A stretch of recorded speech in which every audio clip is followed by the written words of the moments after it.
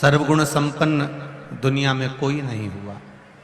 परशु महापुराण की कथा कहती है, माना मनुष्य के शरीर में अवगुण होते हैं, माना मानव की देह में अवगुण विराजमान होते हैं, पर शिव कथा कह रही है, देवादिदेव महादेव का संवाद कह रहा है। शंकर भगवान माता पार्वती जी से अमर गुफा में बैठकर अपना एक शब्द कहते हैं कि पार्वती, मानव की देह में अवगुण होते हैं, माना होते हैं, पर श्रेष्ठ वही होता है जो अवगुणों को भी एक और किनारा कर कर गुणवान बनने का प्रयास करे, भगवान की शरणागति प्राप्त करने का प्रयास करे। होंगे वो मैंने तेरे ही भरोसे बाबा, तेरे ही भरोसे हवा बिच उड़ती जावांगी, बाबा डोर तो छबिना में कटी जावांगी।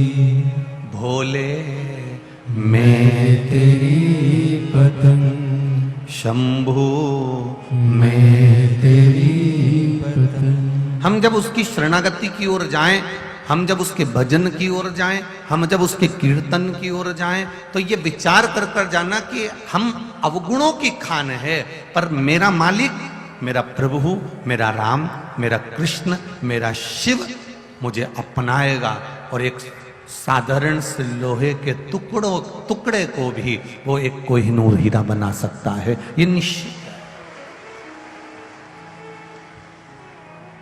पहले कथा में कहा, आज फिर कहते हैं, नाली में, गटर में, गड्ढे में, कीचड़ में अगर कोई बच्चा गिर जाता है तो लोग उसको निकाल जरूर देंगे, पर उसको अपने गले से नहीं लगाएंगे। दुनिया के लोग गटर में गिरे हुए बच्चे को निकाल लेंगे, दुनिया के लोग नाली में पड़े हुए बच्चे को निकाल लेंगे, दुनिया के लोग खड्डे में पड़े हुए बच्चे को निकाल लेंगे, पर उसको गले से कोई नहीं लगाएगा। गले से अगर बच्चा कितना भी गंदा हो गया हो, गटर में गिर गया, नाली में गिर गया, खड्डे में गिर गया, कितना भी गंदा हो गया हो, उस बच्चे को अगर गले से लगाती है तो या तो उसकी माँ लगाती है या उसका पिता लगाता है, इसके सिवाय कोई नहीं।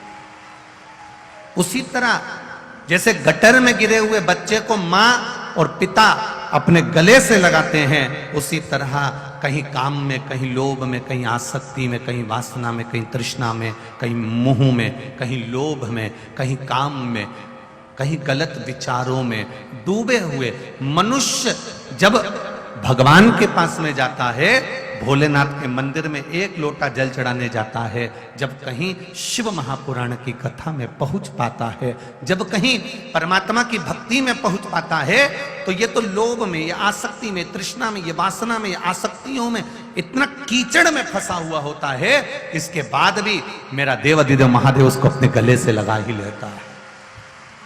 माता और पिता अपने बच्चे को, भले वो नाली में पड़ा हो, गटर में पड़ा हो, अपने बच्चे को गले से लगाते हैं, उसी तरह परमात्मा भी लगाता है। महाराज गोस्वामी तुलसीदास जी जब जन्म लिए तो गोस्वामी तुलसीदास जी के जन्म लेते से ही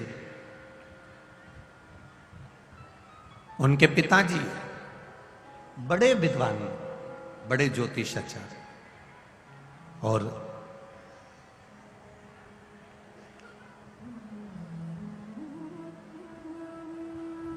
इतने विद्वान थे गोस्वामी तुलसीदास जी के पिताजी की, उन्होंने जैसे ही तुलसीदास जी जन्म लिए तो उनका भाग्य लिख दिया, और उनका भाग्य लिखा और भाग्य देखा तो उनकी ज्योतिष के हिसाब से जो पत्रिका बनाई, उस पत्रिका में लिखा था कि इस बच्चे का मुख जो देखेगा वो मरता चले जाए, इस बच्चे का जो पालन पोषण करेगा, इस बच्चे का जो पालन करेगा वो मर जाएगा। अब गोस्वामी तुलसीदास जी जिनके पिता इतने बड़े ज्योतिषाचार्य, इतने बड़े विद्वान, उन्होंने तुरंत बेटे के जन्म पर पत्रिका बनाई और जब देखा कि इस बच्चे को जो पालेगा वो मरेगा, करें क्या? अब करा क्या जाए? तो पिताजी ने मुनियाबाई को बुलाया और मुनियाबाई को बुलाकर कहा कि इस बच्चे को ले जाओ, एक पेटी में, एक डलिया में इसको रखो और इसको नदी में प्रवाहित करो। इस बच्चे को जो पालेगा वो मरेगा। अगर माता पिता इस बच्चे का मुख देख लेंगे तो उनके प्राण छूटेंगे। अब जो मां ने बेटे को हृदय से लगाया, कुछ समय के बाद मां शांत हो गई। पिता ने उस बच्चे को देखा, संभाला तो पिता शांत हो गए। मुनियाबाई को लगा कि इस बच्चे को कहां फेंकूंगी, ब्राह्मण की संतान है, इसको मैं पाल लेती हूं, तो मुनियाबाई भी शांत हो गई।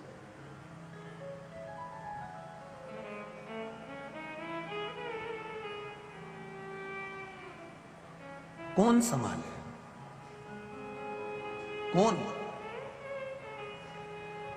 तब 5 वर्ष के गोस्वामी तुलसीदास जी भटकते भटकते, कोई उनको पूछे नहीं, कोई उनका साथ ना दे। आपको पहले भी कथा में कहा, ललाट पर लिखने वाला देव होता है और ललाट पर लिखे हुए को बदलने वाला महादेव होता है।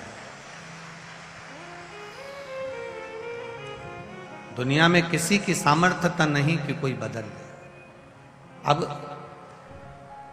तुलसी बाबा के जीवन में गोस्वामी तुलसीदास जी जब 5 वर्ष के हो गए, लोगों ने उनको पालना बंद कर दिया, उनको कोई पूछे नहीं, इसको जो रखेगा वो मरेगा, कोई नहीं साथ।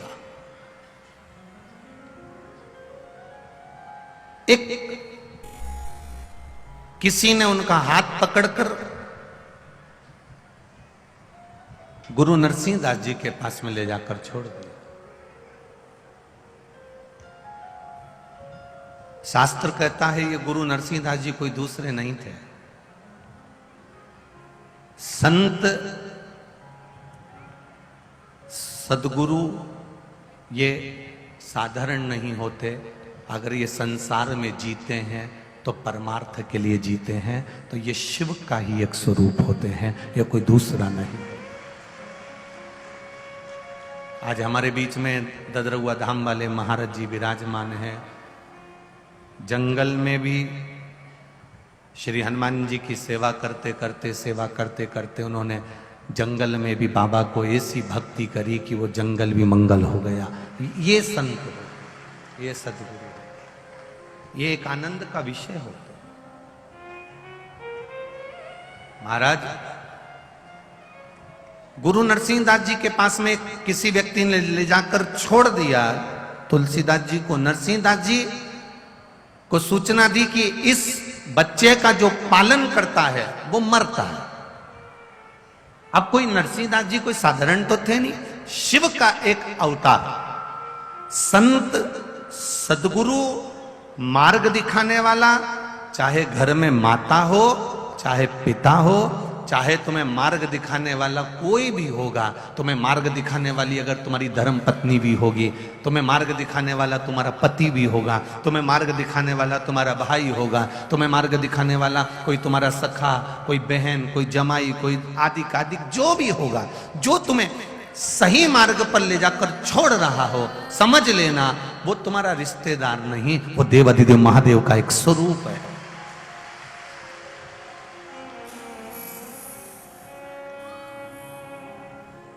केवल मेरे देवाधिदेव महादेव ने विष नहीं पिया, विष पीने वाले एक और है, वो है आपके घर में रहने वाले आपके माता पिता। वो भी दिन रात विष पीते हैं।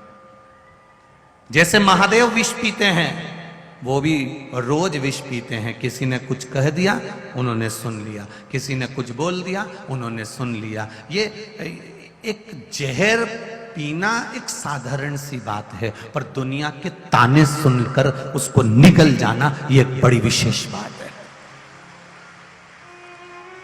बड़ी विशेष।